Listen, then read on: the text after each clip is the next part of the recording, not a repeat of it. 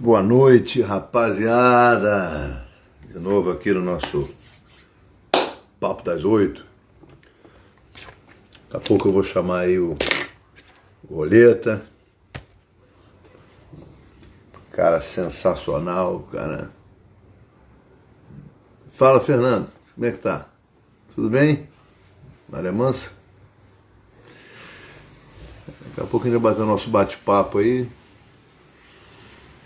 Ajeitando aqui o grisalho da barba. Daqui a pouco a gente deixa o pessoal ir entrando aí, que daqui a pouco eu chamo o Roleta pra gente continuar esse papo aqui. É bom que isso está sendo Luizão. E aí, Luiz, tudo certo? Boa noite, meu irmão querido. Isso aí. Na quarentena, né, meu? Não, é bacana que mal bem a gente chega nesse horário aqui, bate um papo, né, troca uma ideia. Eu tenho tido o privilégio de bater papo com tanta gente aqui bacana.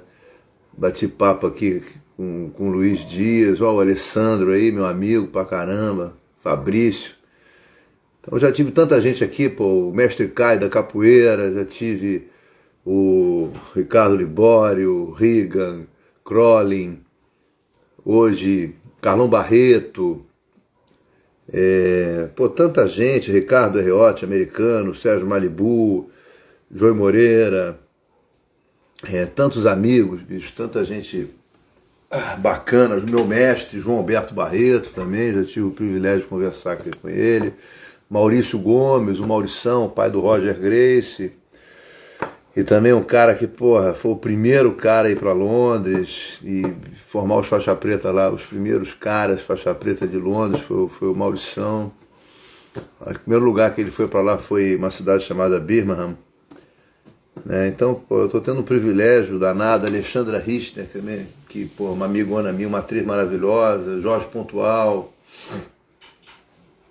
Tanta gente já sentou aqui na minha frente pra gente bater papo, né? Com esse formato aí de quarentena, onde a gente está longe do nosso kimono e a gente está meio assim, porra, achando tudo estranho, né? Porque acaba sendo estranho, a gente tem hábito de treinar todo dia, de dar aula todo dia, a gente agora está aí, né, longe disso tudo, né? Então, só não resta bater papo, né? Se não tem peixe, vamos à prosa, não é?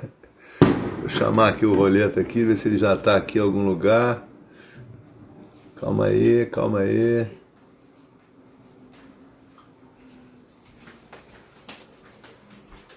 Mandei para ele aqui, e tem outro, tem vários Instagram com ele aqui.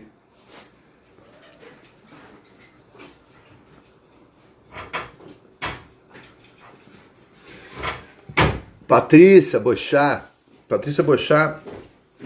minha aluna, foi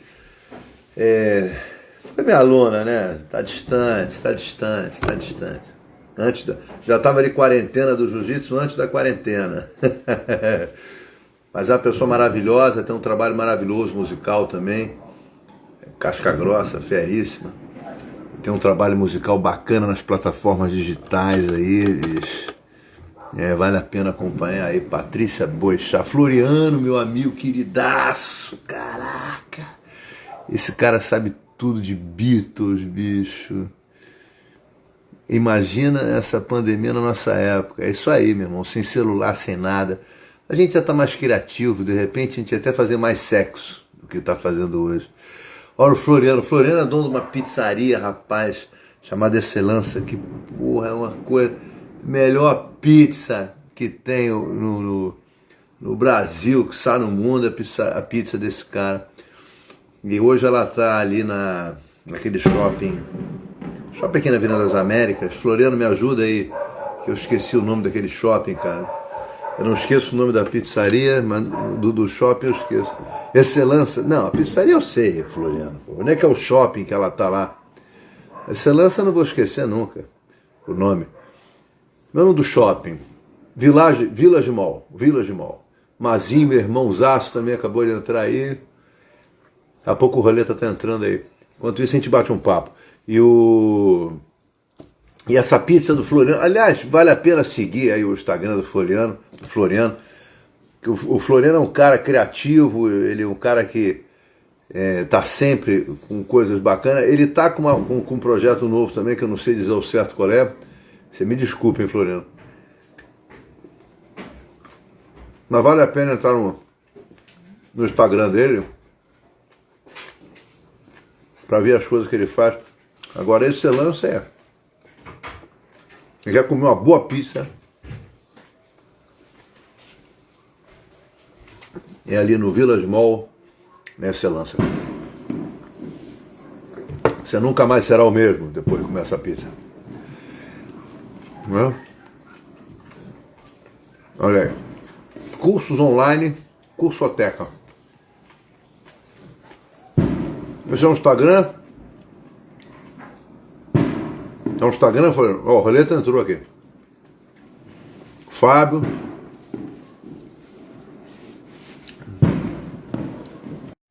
Luizão. Aqui eu cheguei correndo, pá. Aí tô comendo um chocolatezinho aqui.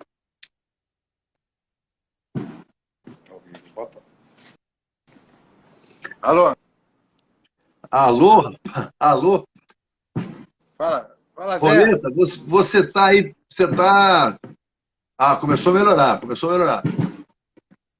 Tá... Minha tela aqui, cara. Minha tela aqui ficou ruim.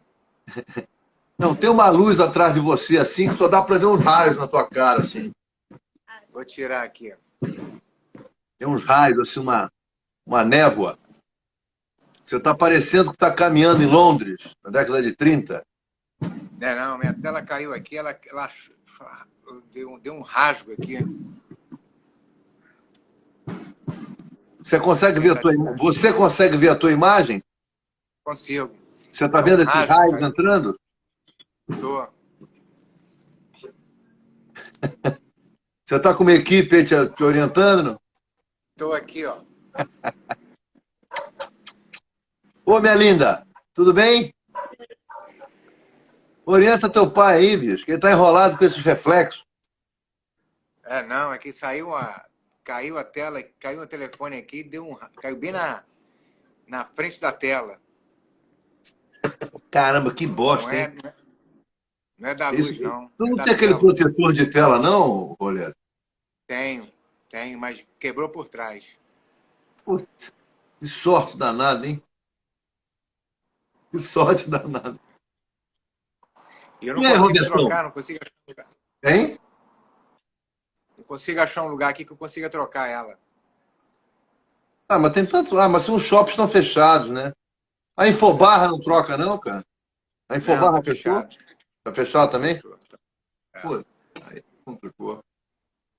Aí não vai encontrar. Tudo Esperar que acabar me a veio na quarentena. cabeça é Infobarra, né, para trocar isso. Tu vai ter que ficar com essa névoa londrina. Hein? Botar mais longe assim melhora. Não, tá bom. Tá bom. E aí, Roleta, tudo bem? Como é que você está lidando aí com essa pandemia, com essa coisa de... Como é que está seu dia a dia com relação a isso aí, os treinos, as aulas? Como é que isso está acontecendo para você? A gente parou, né, Zé? Antes de começar tudo, a gente já tinha dado uma parada. Mas você já sabia disso? Antes de começar, o que você falou? Antes do pessoal A parar as notícia do academias. vírus ou o governo pedir para parar? Antes do governo pedir, a gente já mandou uma mensagem já e paramos as atividades aqui, mais ou menos próximo, até quando o Renzo, o Ralf, tudo parou lá fora. Depois, acho que umas 2 semanas depois, que o pessoal aqui começou já a parar. Na verdade, acho que a ficha vai caindo, né? Acho que as pessoas, quando mandou fechar, ainda iam para a rua. Aí o pessoal começava a acreditar. Eu lembro da primeira semana que o pessoal mandou parar, as ruas estavam lotadas. A praia, o pessoal estava achando que era férias. Eu lembro de várias reportagens do pessoal, a praia lotou, porque o pessoal estava achando que era férias. E aí a ficha vai caindo. Cara, o ser humano, cara, ele tem um processo de negação dentro do que ele não conhece, ou que faça ele mudar o seu status assim da zona de conforto dele, o ser humano costuma fazer isso, ele vai negando, ele nega, né? Não, isso não acontece comigo, isso não é assim, isso não tem esse peso todo. Isso é do ser humano. O processo de negação é do ser humano, né? E agora as pessoas estão começando a cair a ficha mesmo, eu acho, né? Até nessa situação do jiu-jitsu, tinha gente que no início. Você falou que você fechou umas 2 semanas antes, eu falei com o Maurição ontem, e ele falou isso também, que o Roger e ele fecharam as academias lá, inclusive o Zé Beleza estava lá também treinando, e de lá mandou a comunicação para que fechasse as academias aqui também, isso pareado mais ou menos nesse período aí, umas 2 semanas antes, 3 semanas antes de vir essa comunicação geral de... Ah, ficou boa a tela agora, ficou boa agora. Tirei o ref... É. eu tenho a mão aqui, tirei o reflexo da luz. Aí agora, e aí agora não bate na parte que está lascada. Mas você está segurando o telefone Tô. com o braço alto, assim, em pé? Tô segurando aqui com a mão para tirar o reflexo da... Porque aí não incide na tela e não pega na parte que está Entendi. lascada. Não tem como você mudar de lugar para tu não ficar segurando um braço alto aí, a gente vai conversando com o braço alto para Não, cansar o braço, tô apoiado aqui. né? Tô apoiado. E aí, quer dizer, umas 2, 3 semanas antes, o Maurição fechou também, o Roger, você está falando do Renzo, o Ralf, e, quer dizer, saiu, porque lá na Europa o pessoal já tinha sentido isso antes da gente, né? Então isso lá já estava mais claro do que foi para a gente aqui, né? Agora, eu não sei como é que vai ser, eu não sei como é que você está aí, né? Fechou tudo, como é que fica isso? Na tua opinião, como é que vai ser esse retorno quando ele virar, né? Porque é uma coisa que não basta o governo chegar e dizer: ah, não, agora está liberado, as academias estão liberadas, isso aqui está liberado. Isso não é uma questão de governo dizer que pode ou que não pode, né? As pessoas vão estar ressabiadas, o jiu-jitsu é uma coisa de muita conexão, não vai ser uma coisa que as pessoas, por uma ordem do governo, vão começar a liberar e todo mundo vai achar que está tudo certo, né?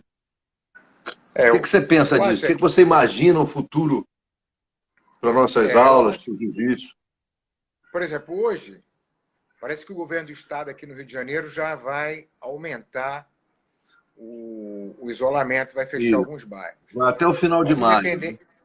E vai fechar alguns independente bairros, disso aí, como você falou, não adianta, não é questão de mandar voltar ou não. Mesmo quando mandar voltar, as pessoas vão estar com medo, porque o vírus está aí, né? Uhum.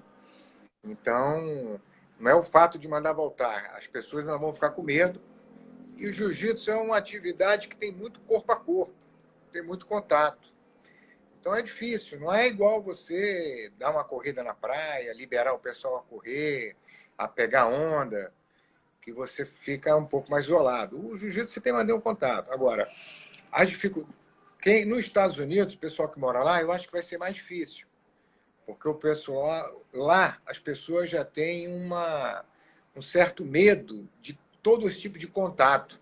Você passa, às vezes, É ali verdade, é verdade. É Você verdade. passa naqueles pedágio, as pessoas já estão de máscara, de luva, eles evitam qualquer contato, você não toca em ninguém. Uhum. Aqui não tem tanto isso. Agora, a situação fica mais difícil para quem tem um custo fixo que tem que honrar. No meu caso aqui, eu não tenho gasto com a academia.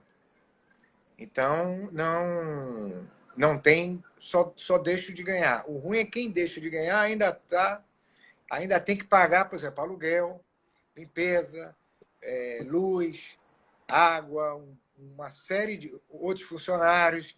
Então, para essas pessoas, vai ser um peso mais difícil, porque você tem que honrar já um custo já de saída. Uhum. E a academia ficar fechada 3, 4 meses, são 3, 4 meses de condomínio que você está pagando aí de aluguel. É isso aí. Uma vantagem que você tem é essa. Eu tenho isso aqui também, negociei aqui com o proprietário, só estou pagando o condomínio realmente, IPTU e água, essas coisas. Mas ainda assim é um gasto, né? O Mazin falou aqui uma coisa que saiu um decreto hoje no Diário Oficial da União colocando as academias de todas as modalidades como utilidades essenciais. Eu também acho que a academia, é o que a gente estava falando, né? Tudo bem que agora saiu esse decreto dizendo que as academias são utilidades essenciais. Mas e aí? Como é que as pessoas vão? Eu até acredito que uma academia de musculação possa até abrir, né? Porque se você libera o transporte público, por mais que venha essa bobagem, não pode ficar em pé, mas tem um do lado do outro ali, eles estão próximos, né? E provavelmente uma academia vai ter mais cuidado com a higienização do que um transporte público, né? Ô, minha linda, pode encostar aí, pode encostar aí, pode encostar aí. Vamos falar todo mundo, vamos falar todo mundo. O que você está achando dessa quarentena aí? Fala para mim você. Você está achando da quarentena? Ele falou? Você está achando essa quarentena? Chata. Ah, mentira. Pessoal, você está com que idade? 10. Você não fica no telefone o tempo todo já? Você já não ficava? O quê? Ou no telefone celular o tempo inteiro? Não mente Sim, para mais mim. menos. Hein? Mas eu já saí de casa antes. É? Porque eu tenho um filho também da sua idade, um pouco mais velho, tem 12 anos, o Breno. Eu falei, sua vida não mudou nada. Você ia pro colégio, quando voltava, ficava em casa nesse negócio o dia inteiro. Você já tinha um hábito de quarentena. Você já tinha um hábito de quarentenar. Não é? Hoje ela fez prova, né? Está em semana de prova no colégio. Aham. Estudando no Santo Agostinho. E é uma experiência nova para as crianças também, porque eu tenho um outro de 7, ela já tem mais desenvoltura com computador, de estudar sozinha, mas tem Videoaula. prova, videoaula. Então tem Não videoaula. tenho videoaula. Não tem videoaula, não? O Lucas tem. O Lucas tem. Ele tem videoaula, ele tem tanto Tem no só inglês. Eu também só tenho inglês. Tanto no inglês quanto no colégio, eles têm aula de interação. Só que as pessoas não estão acostumadas a interagir. Não rende, porque é uma conversa, um cai, o outro entra, um está na rua, o outro está na sala. Então a coisa não fica muito harmônica. Uhum. E aí eu acho que o que funciona melhor talvez seja videoaula e atividade, porque com a sala um cai a internet, o outro está na rua ligando da rua, aí tem outras Dispersa interferências. muito, né? Dispersa a atenção, né? Dispersa a atenção. Exatamente. Eu estava vendo hoje uma entrevista de gente, você imagina, quer dizer, nossos filhos têm toda a parte tecnológica em casa para poder ter uma videoaula, né? E quem não tem, né? E quem não tem nem o... Hoje eu estava vendo a reportagem de um garoto que ele fala que ele mora numa casa, mais 3 irmãos que dividem um telefone, não tem nem um computador, não tem nada, e não tem o que fazer, a coisa fica completamente perdida com relação a isso, né? Mas Então, aí voltando a vai esse tirar assunto, Xerox. hein? Vai tirar Xerox, R$2 a Xerox. A É, pessoa não com tem certeza. acesso. A UFRJ fechou, né? Perdeu o período. E talvez as universidades públicas. E talvez as federais, acho que a UERJ também. E provavelmente vão acabar perdendo o ano. Não, com certeza. Aliás, cara, a gente vai perder o ano. O ano já está perdido até comercialmente, né? Então, agora eu estou tocando a Royal Enfield, que é a marca de moto aqui do Rio, né? A moto inglesa que está no Rio de Janeiro. Nós inauguramos a concessionária em março, fechamos. Fechado. A gente está trabalhando no sistema de plantão, estamos vendendo moto ainda pra caramba, graças a Deus. Mas com outro formato. Agora, a gente tem que descobrir rapidamente um outro formato.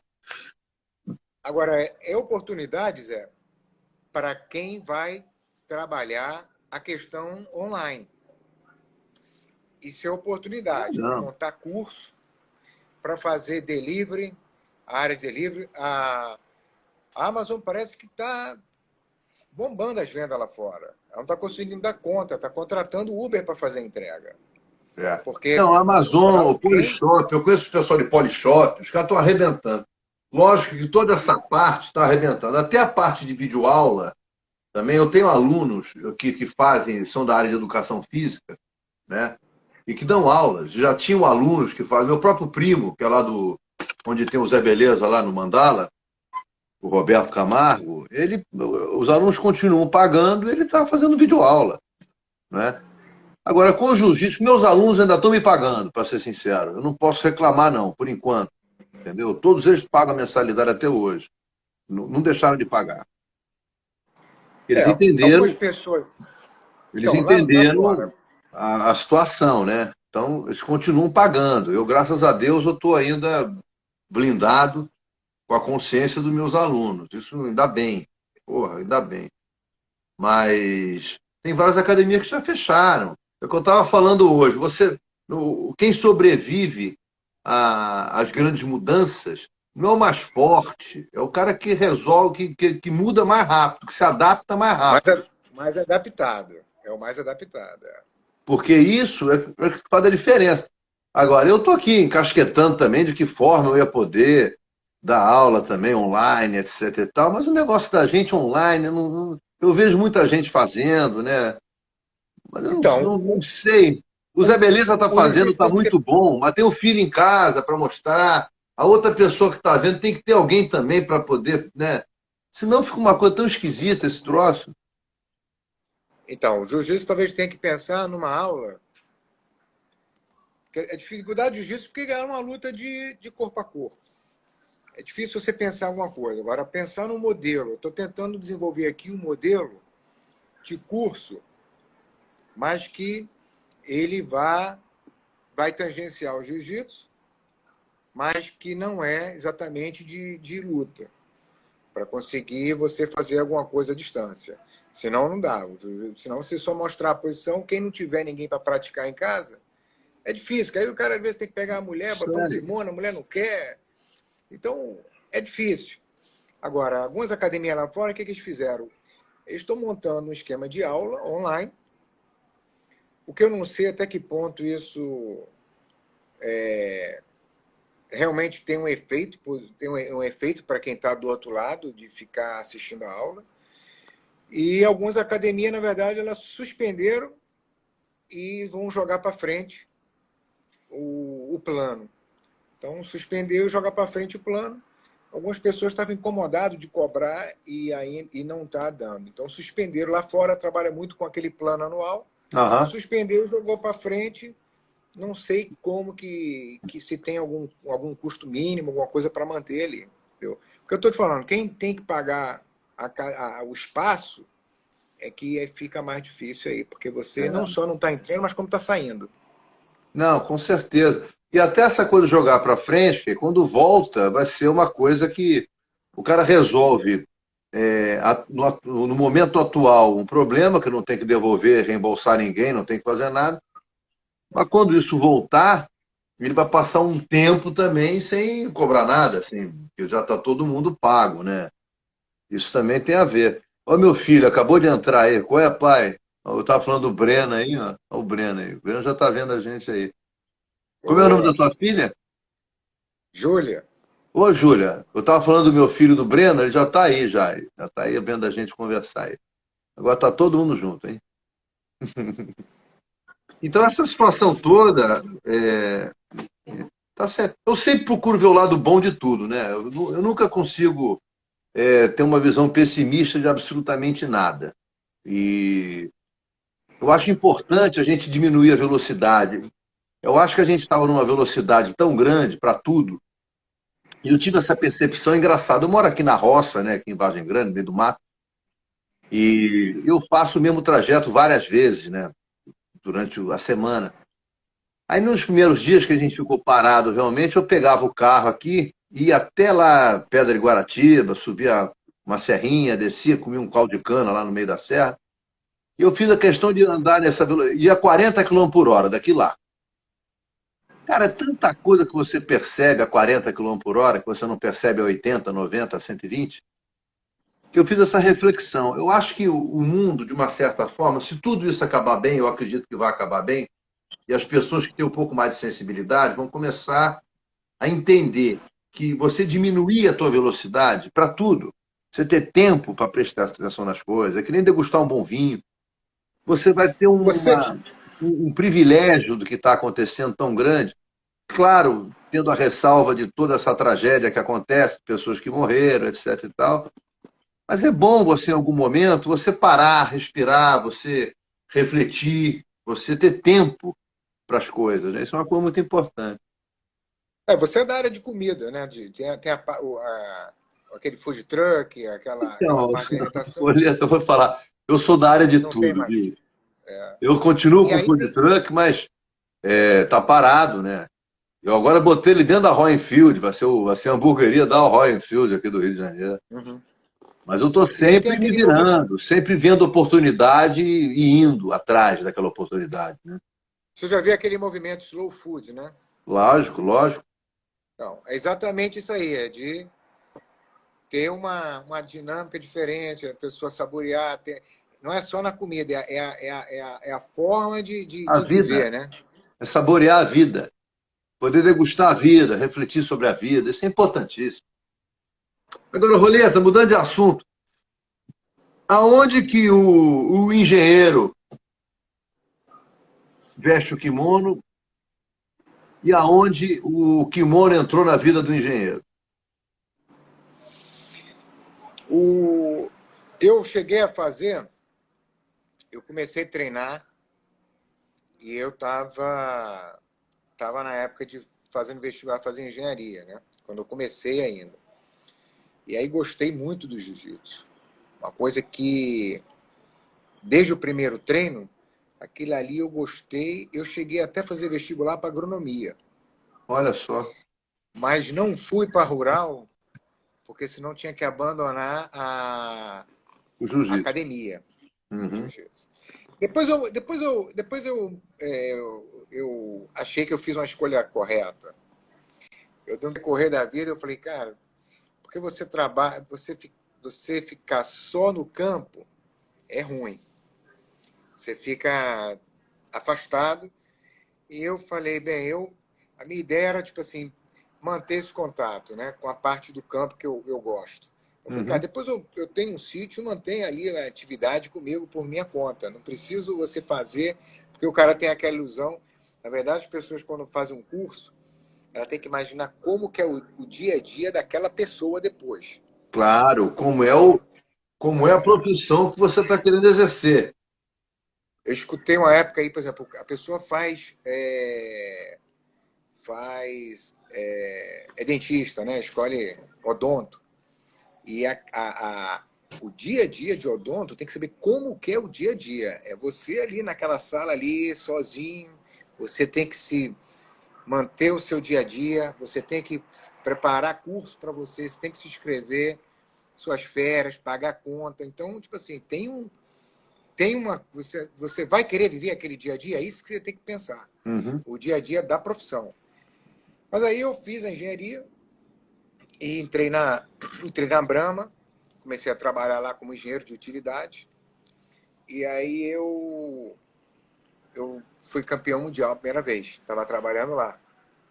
Aí o Assed, que é professor da FRJ, que era do Oswaldo, que ele é professor da FRJ, ia dar o curso de segurança do trabalho lá na UF. Uhum. E aí eu já estava pensando em sair. Eu falei, cara, vou sair, mas vou fazer o seguinte, vou sair, vou fazer esse curso. Porque ele ficou, faz lá, é muito bom. E aí eu já estava tendo muito contato com essa área de segurança na Brahma. E aí eu saí, fiquei durante 5, 6 anos só lutando e fiz esse curso, né? E quando eu saí quando eu larguei a engenharia, as pessoas falam, tá maluco, vai largar a engenharia por causa do jiu-jitsu? Eu falei, vou largar porque eu quero competir, eu quero lutar, eu quero ver até onde isso vai. Se eu não fizer agora, eu sempre falo isso para meus alunos, falei, porque a gente acaba se sabotando, se boicotando. Então a gente fica sempre postergando as coisas. E eu falo para ele, ó, não, deixa eu passar no vestibular, daqui a pouco deixa eu me informar. Não, deixa eu me estabilizar, deixa eu comprar. Eu falei, quando você for lutar, você já não é mais Já você foi. é outra pessoa. Então você com 20 anos é uma coisa, você com 30 é outra, você com 40, são pessoas diferentes. Então não vai chegar naquele objetivo de 20, também não vai. Você pode treinar a vida inteira, Só que você vai mudando ao longo da vida. Claro, claro, E aí claro. eu falei, ó, eu quero ver agora. E aí eu fiquei lutando. Aí já no final eu já estava querendo já voltar, fazer um movimento de volta. Eu falei, bem, eu já estou... Lutava direto, patrocínio, tinha os patrocínios, tudo, era uma vida tranquila. Aí eu falei, bem, agora está na hora de o seguinte, ou eu vou com os dois pés dentro do jiu-jitsu, porque eu já estava lá dentro. Aí eu teria que me mudar para os Estados Unidos, e aí talvez possivelmente MMA, ou fazer alguma luta lá fora, era mais difícil, porque a luz daquela época era um vale tudo que tinha, e anunciava que ia existir outro, e existia uma fila de gente nesse meio. Tinha muita Não tem política como também. tem. Tinha política também, como tem até hoje, né? Não tem uma UFC e vários eventos que dão, tipo assim, emprego e Uhum. luta para todo mundo. E Mas eu chegou a falei, bem, vou passar na voltar tua para cabeça realmente a fazer um vale tudo, uma luta de MMA? Isso era uma coisa que Chegou. dentro da sua personalidade era uma coisa que você te chamava, assim? Isso gritava dentro de você, assim, como se fosse uma coisa que faltasse? Não, eu nunca, eu sempre me dediquei sempre à parte esportiva, né? Eu Uhum. achei que, mas eu fazia o boxe, treinava e sempre passava pela minha cabeça fazer uma luta. Mas assim, não era nada que tipo assim que eu tivesse que faltar. Mas se eu metesse os dois pés na luta, fosse da agora em diante, eu viver a vida inteira disso, Uhum. é uma Seria um possibilidade. caminho. É uma possibilidade. Eu teria que estar os dois pés. A minha ideia seria mudar para os Estados Unidos, montar academia e há uma possibilidade. Então, aí eu falei, não, eu vou fazer o seguinte, vou sair, vou voltar, já estou no meio da luta. Eu já estava querendo encerrar de competir. Eu volto para a engenharia. Quanto mais velho eu fico, mais valorizado eu fico. Uhum. E na outra, você vai caindo um pouco, vai perdendo, vai ficando mais velho, vai perdendo, vai chegando gente nova, pessoal que está crescendo e tal. E foi o caminho que eu fiz. E aí eu escutei a mesma coisa. Tá maluco? Vai largar o Vai largar o jiu-jitsu pela jiu-jitsu para voltar engenharia? para a engenharia? Escutei a mesma coisa.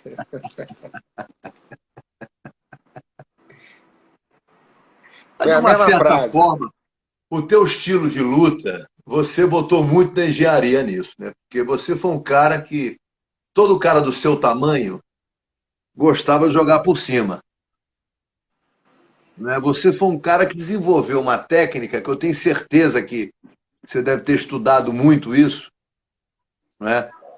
Dentro dos conceitos da engenharia para fazer o jiu-jitsu que você faz, que muita gente fala esquijitsu, aquelas coisas todas, mas você com certeza você tem cara de ser um cara que estuda a movimentação, que estuda os ângulos daquela coisa toda.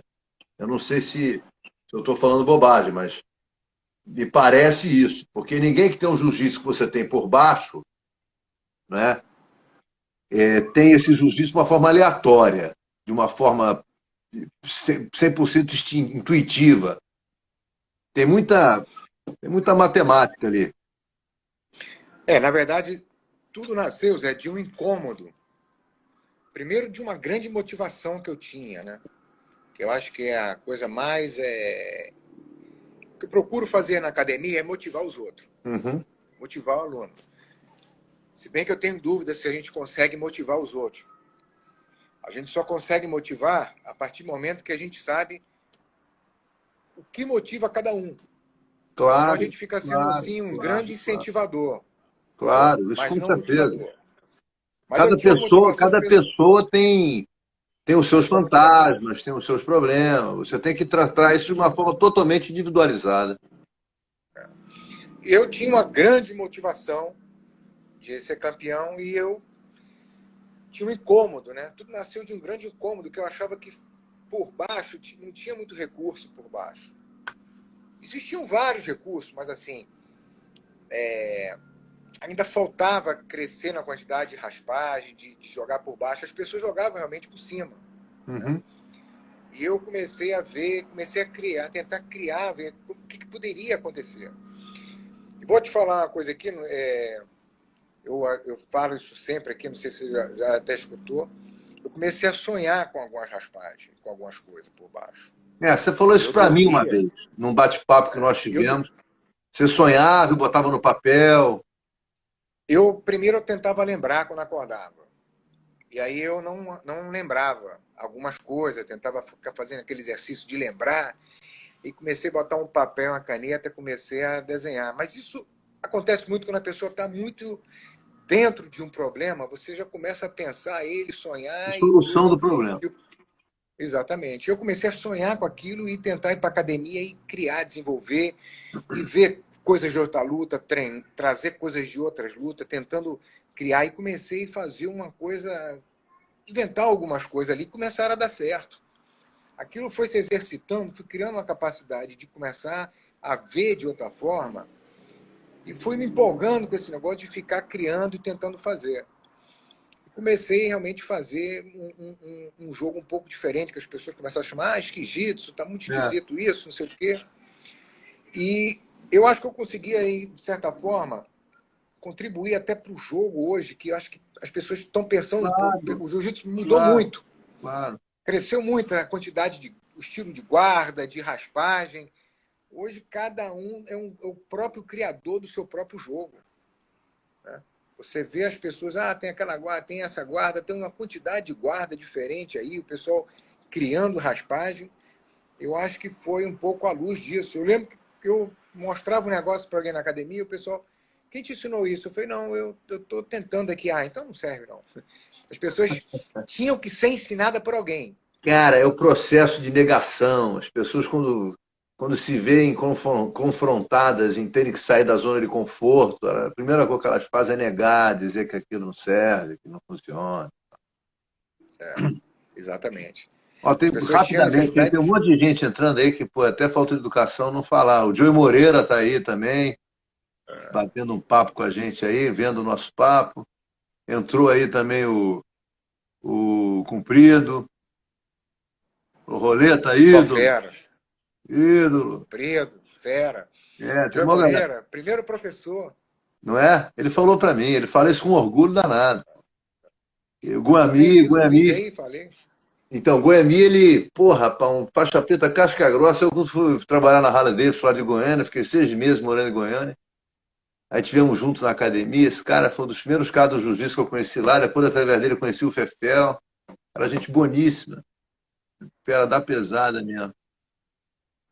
Mas e aí? Então me fala. Olha, peguei aqui na hora, hein? Tô com reflexo bom aí, eu tô com reflexo bom aí. Aí eu, por exemplo, aqui treinando, quando eu treinava com o Joe Moreira aqui, tinha um pessoal pesado. Aí no E eu Atlântico tinha, Sul. Aí no no Atlântico Atlântico Sul. Sul, onde eu dou aula. Uhum.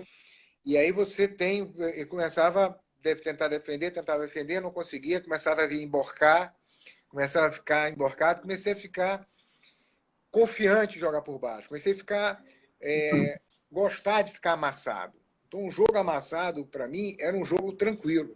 É um jogo E eu trocava confortável para pouca. você. Exatamente. Ficava ali, e ali fui criando algumas coisas ali naquele jogo de ficar emborcado. E eu sempre achei que a surpresa era uma coisa que valia muito a pena no Claro, para jiu-jitsu, você tudo. fazer um negócio diferente. Para tudo, para tudo. Você vir com alguma coisa nova.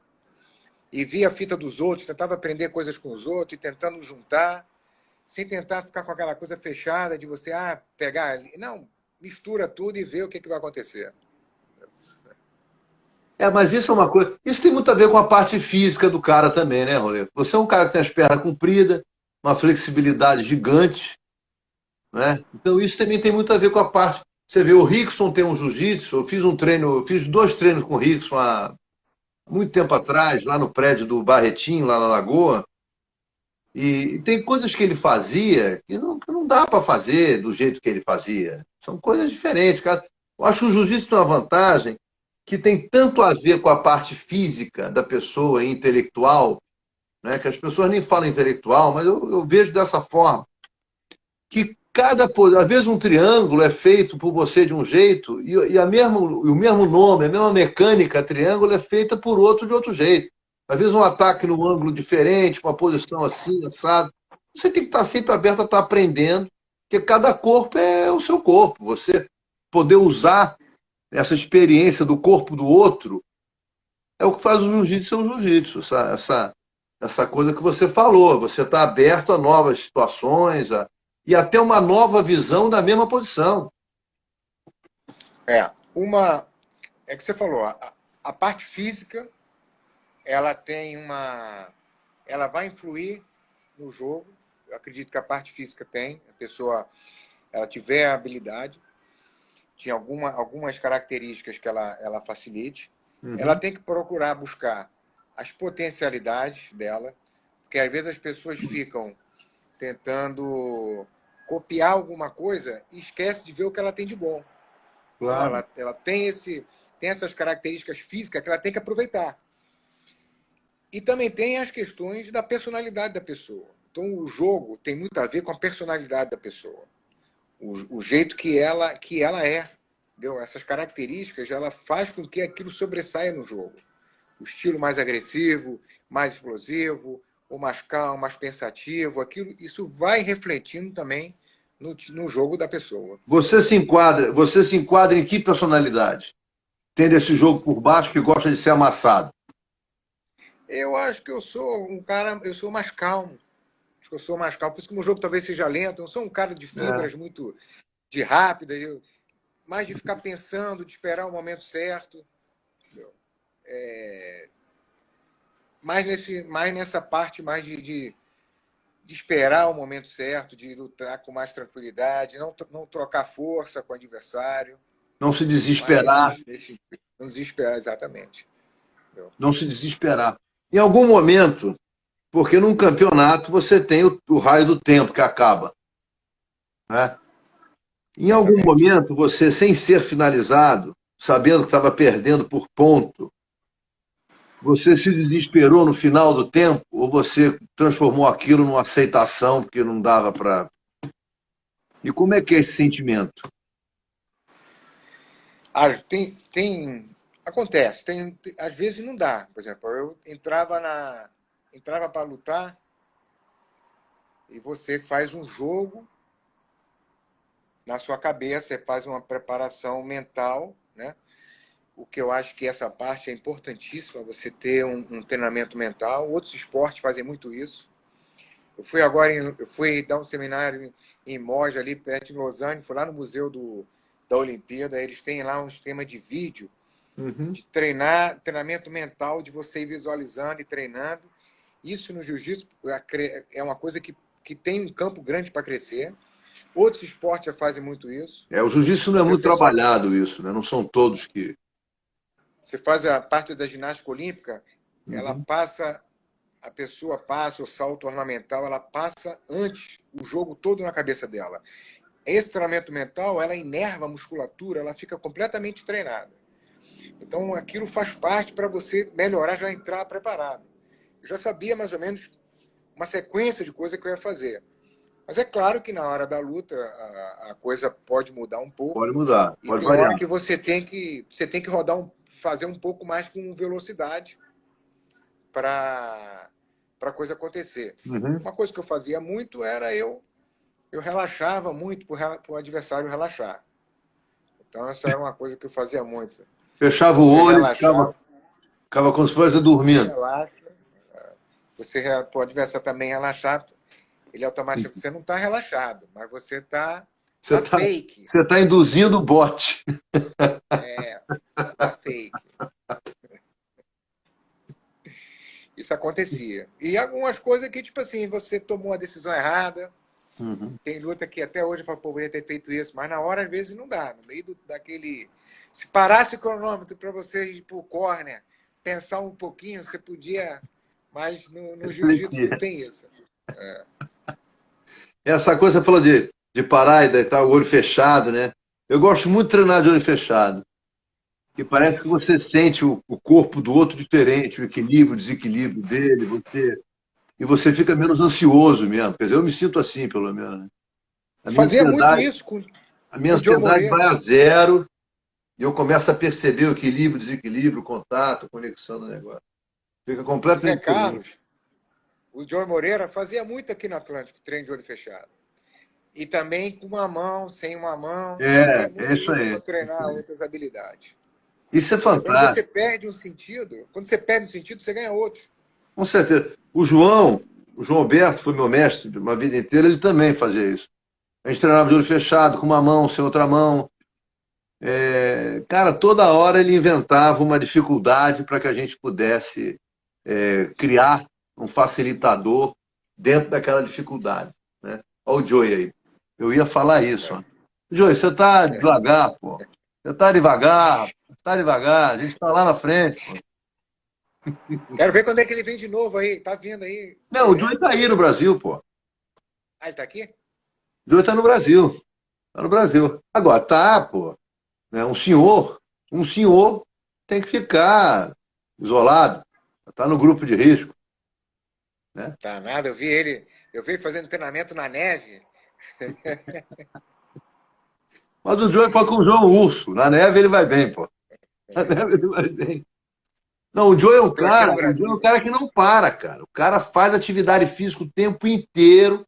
Tava conversando com o Ruas essa semana e ele falou que o Joey é um parceiro de treino dele firme, porque aguenta a pancada e o Rua gosta de treinar forte. O Joey fica ali aguentando o rojão ali com o Marco Rua. Marco Ruas, Alan Góes, Pedro Riso. A galera Pessoal lá esquisita, a galera dura, naquele, naquele salseiro lá. galera dura pra chuchu, pô.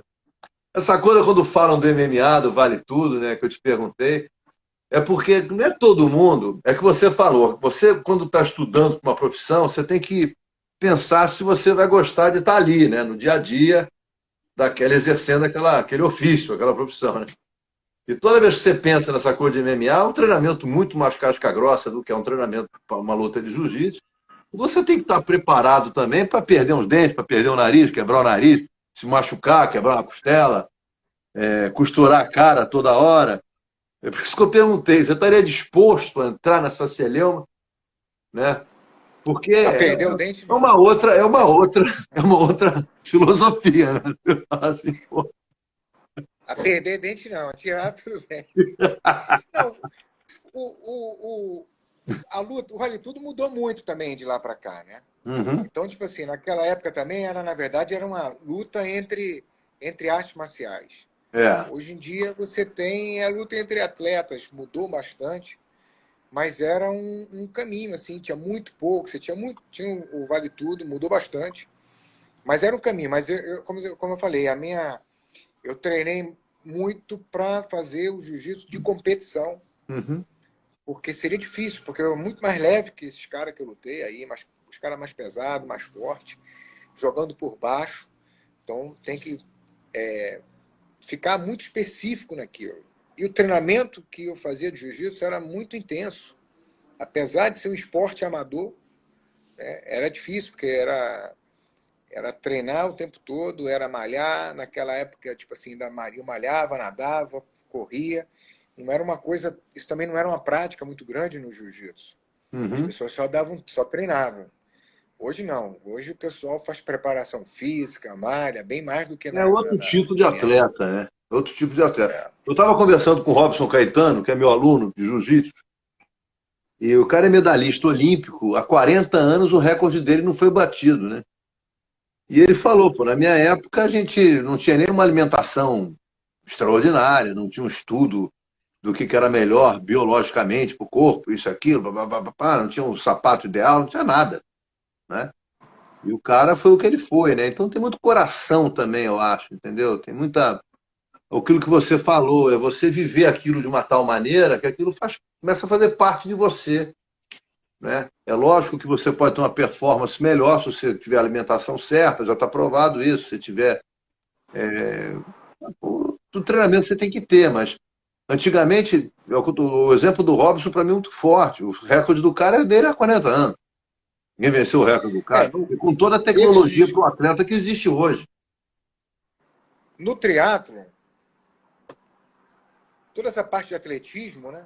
É só triatlo, atletismo. Uhum. A gente não tem um trabalho de atletismo. O cara sobressai por conta própria.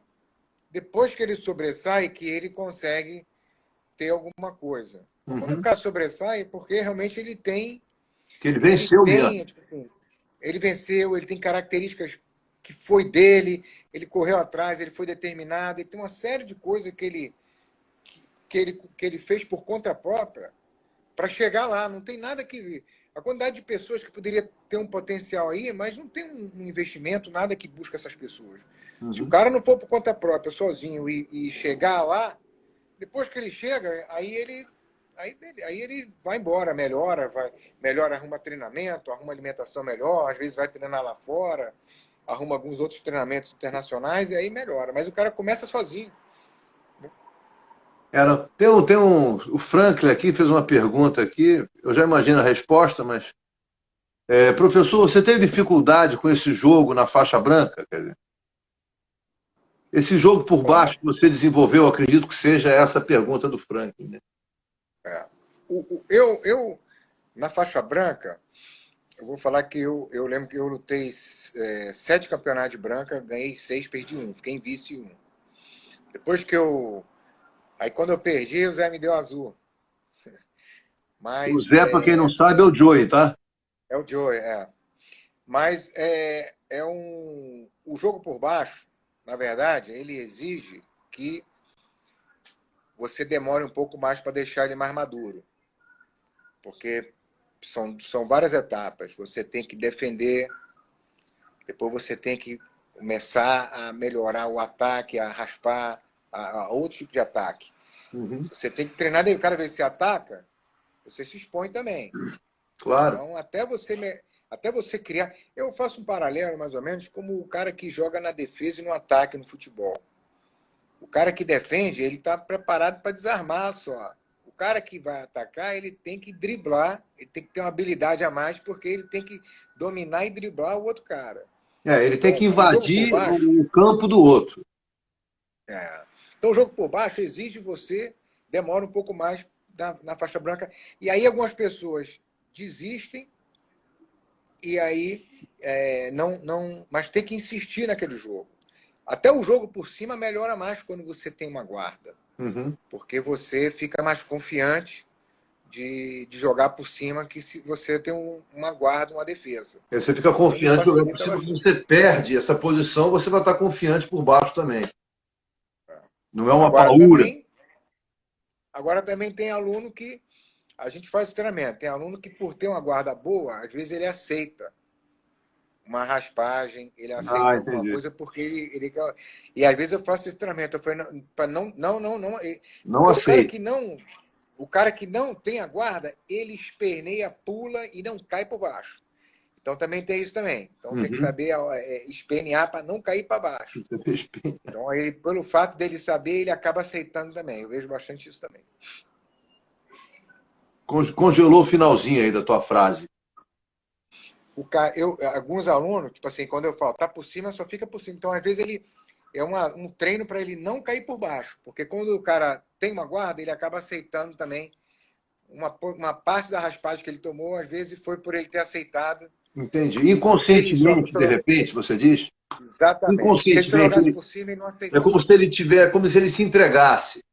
Porque ele sabe que vai cair numa zona de conforto. Só que não pode, porque às vezes ele, no meio da luta, ele não pode dar esse ponto. Então ele tem que espernear mesmo, jogar por cima. Resistir ao máximo ali, resistir bravamente. Resistir bravamente. Exatamente. A gente faz treinamento para o cara não aceitar. Então, agora eu queria te perguntar isso também. Na tua academia lá, na tua escola, você põe como foco esse teu formato de jogar por baixo o tempo todo? Você mostra isso? Você mentalmente mostra isso também?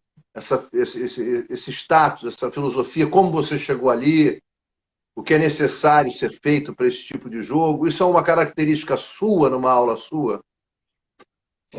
Zé, Roberto, quando eu comecei a treinar, é o seguinte, quando comecei a treinar, eu tinha 2 premissas que eu botei na minha cabeça. Porque para jogar por baixo, eu falei, vou jogar por baixo, porque eu não vou botar os caras para... Vai ser difícil botar esses caras mais pesados para baixo. Então, era a primeira premissa que eu tinha. E a segunda é que eu tenho que raspar o cara em algum momento da luta. Então, eu tinha essas 2... Quando você coloca, eu falo para os alunos assim, saiba o que você quer fazer. Se você treinar sempre com algumas diretrizes, algumas premissas na sua cabeça, você vai chegar lá. Ele tem que ser fiel ao pensamento dele. Então, eu sou fiel ao meu. Eu puxo o cara, eu jogando por baixo, ninguém pode passar minha guarda. Não que não vá passar, mas a minha premissa era essa. O cara não vai passar minha guarda, em algum momento eu vou raspar. E eu não imponho esse jogo para cada um. Acho que cada um tem que ter o jogo próprio.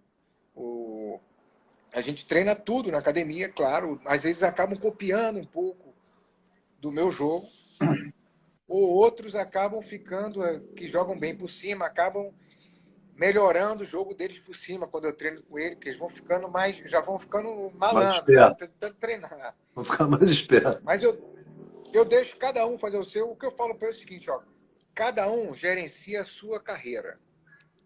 Entendeu? Eu falo, ó, não adianta vocês esperarem que eu vou cuidar de vocês. Entendeu? Eu dou aula aqui para um grupo de alunos e eu conheço vocês, mas vocês conhecem melhor vocês que ninguém. Cada um gerencia sua carreira. Eu dou um toque aqui. Eu gosto mais de dar um toque no jogo, no jeito que está jogando.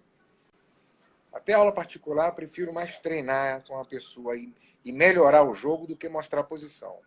Então, às vezes, é muito mais valioso quando eu dou aula falar, olha, você não está equilibrando bem, está passando só para um lado, ou então está aceitando muito isso. Isso faz uma diferença muito grande, porque a partir daquele toque, ele mesmo melhora. Claro. Tá aceitando muito isso aqui. Durante, né? Você fala durante. Tô achando que você está muito lento. Tô achando que você está cansando muito. Você tem que melhorar o gás. Eu dou um toque no geral. Esses toques eu acho que são muito mais valiosos. Mas cada um tem que gerenciar a sua carreira. Então, eu falo, ó, vê fita, vai malhar, vai correr. Eu não posso fazer nada por vocês. Eu olho todo. Só que você tiver ali um grupo de alunos grande, achar que eles vão ficar duros, porque eu tenho que ficar mostrando as posições para eles, não vão ficar. Eu falei, cada um que cuide da sua carreira, gerencia a sua carreira.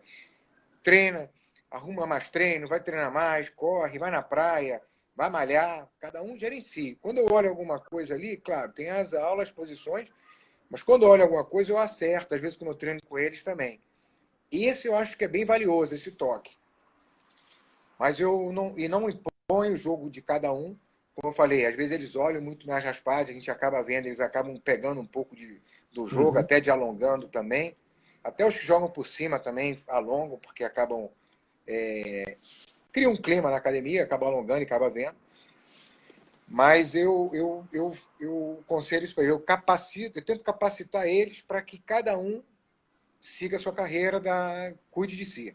Mas é uma aula construtiva, né? Você não mastiga a comida e põe na boca deles. Você vai orientando até durante, né? Você está me dizendo até que você, quando treina com o teu aluno, durante o treino você vai pincelando, vai dando a dica, vai dando as coordenadas, e ele Quando a vai gente observa absorvendo alguma aquilo. coisa, quando observo coisas no macro, acho que gera um efeito grande neles, né? Do que mostrar uma posição, uma raspagem. Eles veem isso tudo na internet. Claro, claro. O macro que você... Quando eu vejo um jogo, ó, vou dar um exemplo, ó, tá passando muito aqui, quando tá fazendo, você tá cansando, tá deixando isso aqui. Porque ele não consegue ver aquilo. Aí você vê de fora, ou por estar de fora, ou por ter mais experiência, você vê aquilo, dá um toque. A partir do momento que ele toma consciência daquilo, ele sabe acertar aquilo. Às vezes ele cai naquele negócio, está caindo às vezes num triângulo o tempo todo. Aí você fala, ó, está caindo isso. Ele toma consciência daquilo, não cai mais, não acontece mais aquilo. Mas eu procuro capacitar eles para que eles andem sozinhos. É claro. Não entendi. Quando você se refere ao macro, é exatamente a diferença de macro e micro que você falou, que você não mostra uma posição, você mostra o princípio daquela posição, o princípio do andamento como um todo. Como é que ele chegou aí, qual a posição que ele estava, se ele estava embaixo, se ele não estava, onde é que ele tem que chegar. Você mostra um caminho total da luta em si.